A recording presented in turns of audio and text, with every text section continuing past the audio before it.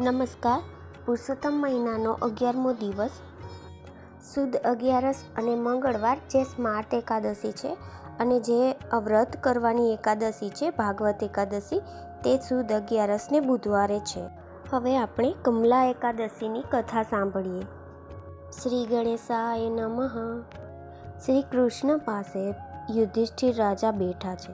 વાત કરતાં કરતાં રાજાએ ભગવાનને પૂછ્યું, હે પ્રભુ, પાપને બાળનાર તથા મુક્તિદાયક વ્રત પુરુષોત્તમ માસની એકાદશીનું કહેવાય છે, તો કૃપા કરીને મને પુરુષોત્તમ માસની એકાદશીની વિધિ બતાવો, તેમજ વ્રતમાં કોનું પૂજન કરવું, વ્રત ફળ શું છે તે પણ જણાવો.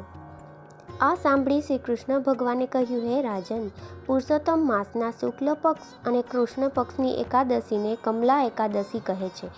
આ એકાદશી તે સર્વ તિથિઓમાં શ્રેષ્ઠ છે અને તે સુખ સંપત્તિ દેનારી છે.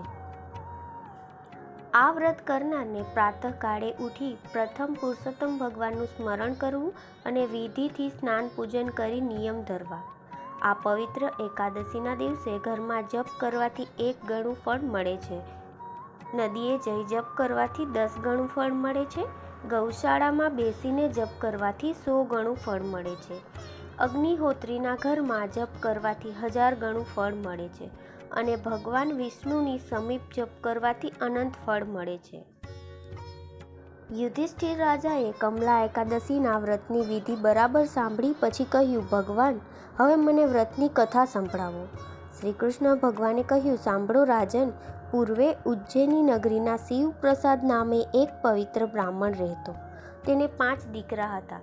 તેઓમાં સૌથી નાનો દીકરો હતો તે સ્વભાવે દુષ્ટ હતો. વારંવાર ઘરનાને રંજાડતો, તેથી બ્રાહ્મણે તેને ઘરમાંથી કાઢી મૂક્યો હતો.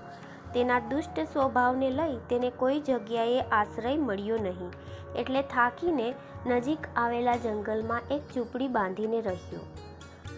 આ રીતે પોતાના પાપ કર્મનું ફળ ભોગવી દુઃખમાં દિવસો વિતાવવા લાગ્યો. બ્રાહ્મણ પુત્રે આવી રીતે 6 મહિના તો પસાર કરી નાખ્યા. હવે આ સ્થળે તેને ગોઠતું ન હતું, તેથી તે જંગલમાંથી પ્રયાગરાજ જવા ચાલી નીકળ્યો. ઘણા દિવસો બાદ તે પ્રયાગરાજમાં ત્રિવેણીના તીરે આવી પહોંચ્યો. ચાલી ચાલીને તે ખૂબ જ થાકી ગયો હતો, એટલે તે ત્યાં એક ઝાડના નીચે આરામ કરી ત્રિવેણીમાં સ્નાન કર્યું. પરંતુ દિવસભર તેને કશું ખાવા મળ્યું ન હતું, તેથી ભૂખને સંતોષવા તેણે દૂર આવેલા એક આશ્રમ પ્રતિ દ્રષ્ટિ દોડાવી અને ત્યાં પહોંચી ગયો. આ તો હરિમિત્ર ઋષિનો પવિત્ર આશ્રમ હતો. ત્યાં પુરુષોત્તમ માસની કમલા એકાદશીની કથા વંચાતી હતી. તે શ્રવણ કરવા બ્રાહ્મણ પુત્ર બેસી ગયો. કથાના અંતમાં ઋષિએ કહ્યું કે આ કમલા એકાદશીનું વ્રત જો ભાવથી શ્રદ્ધાપૂર્વક કરવામાં આવે તો વ્રત કરનારને ભક્તિ મુક્તિ મળે છે. આ સાંભળી બ્રાહ્મણ પુત્રની ભૂખ મરી ગઈ. તેણે એકાદશીનું વ્રત રાખ્યું અને શાંતિ માટે નજીક આવેલા ઝાડ નીચે જઈને બેઠો. આમ ને આમ રાત પડી ગઈ. બરાબર મધ્યરાત્રિ થતાં લક્ષ્મીજી તેની પાસે આવી કહેવા લાગ્યા, હે વિપ્ર, હું તારા પર પ્રસન્ન થઈ છું. બ્રાહ્મણ પુત્ર જાણે ઝબકીને જાગ્યો હોય તેમ આંખો ચોળીને દેવીને જોવા લાગ્યો, પણ તેને સમજાયું નહીં કે ક્યાં દેવી પધાર્યા છે. તેથી તેણે પૂછ્યું, હે દેવી, મને એ બતાવો કે આપ કોણ છો અને શા કારણથી મારા પર પ્રસન્ન થયા છો.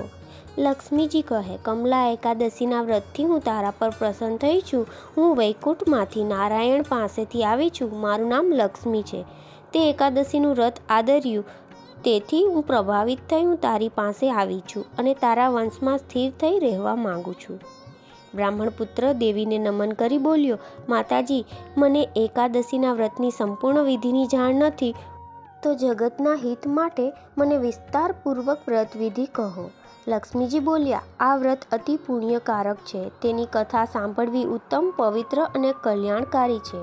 જે કોઈ ભાવિક આ કથાનો શ્રદ્ધાપૂર્વક 1 કે અડધો કલાક શ્લોક પાઠ કરે તે અનંત પાપથી મુક્ત થાય છે. જેમ ફૂલમાં કપાસનું ફૂલ ઉત્તમ છે, પક્ષીઓમાં ગરુડ ઉત્તમ છે, નદીઓમાં ગંગા ઉત્તમ છે, માસમાં અધિક માસ ઉત્તમ છે, તેમ તિથિઓમાં એકાદશી ઉત્તમ છે. પંડિતો તે તિથિમાં નારાયણનું પૂજન કરે છે. જો ભાવથી નારાયણનું પૂજન કરવામાં આવે તો બ્રહ્મદિક દેવતાઓ તેને પૂજન કરે છે. જે કળિયુગમાં નારાયણ પરાયણ છે, હરિનું કીર્તન કરે છે અને હરિ અર્થે જાગરણ કરે છે, તેનો અવતાર ધન્ય છે. એકાદશીમાં ઉપવાસનું મહત્ત્વ વધુ છે, માટે ભાવિક શુક્લ યા કૃષ્ણ પક્ષની ગમે તે એકાદશી હોય પણ ઉપવાસ અવશ્ય કરવો અને નિર્વિઘ્ને વ્રતની સમાપ્તિ થાય તે માટે સૂર્યનારાયણની પ્રાર્થના કરવી. મન ભક્તિમાં તરબોળ રાખવું, રાત્રે પ્રભુ પાસે ગીત ભજનો ગાવા, વાજિંત્રો વગાડવા અને નાચવું અને પુરાણ સાંભળવું.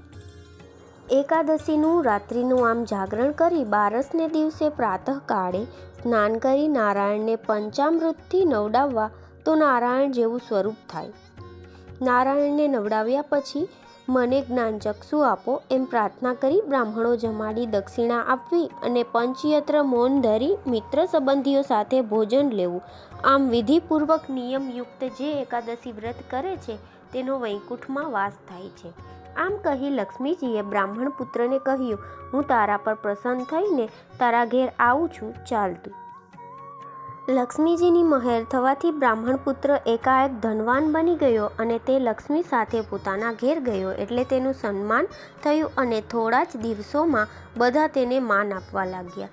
શ્રી કૃષ્ણ ભગવાને કથા પૂર્ણ કરતાં કહ્યું, હે રાજન, કમલા એકાદશીનું વ્રત અને કથા વાંચે કે સાંભળે તે પાપમુક્ત થાય છે. એકાદશી સમ વ્રત નહીં, મહિમા તેનો અપાર, વ્યાધિ ઉપાધિ સૌ ટળે, સુખી અને સંસાર. એકાદશીનું વ્રત સુખ આપે છે, એકાદશીનું વ્રત સંકટ હરે છે, એકાદશીનું વ્રત તંદુરસ્ત રાખે છે, એકાદશીનું વ્રત શાંતિ આપે છે. એકાદશી વ્રતનો મહિમા અપાર છે. શ્રી પુરુષોત્તમ માસ મહાત્મ્યનો અધિક શુક્લ 11નો અધ્યાય સમાપ્ત. નમસ્કાર.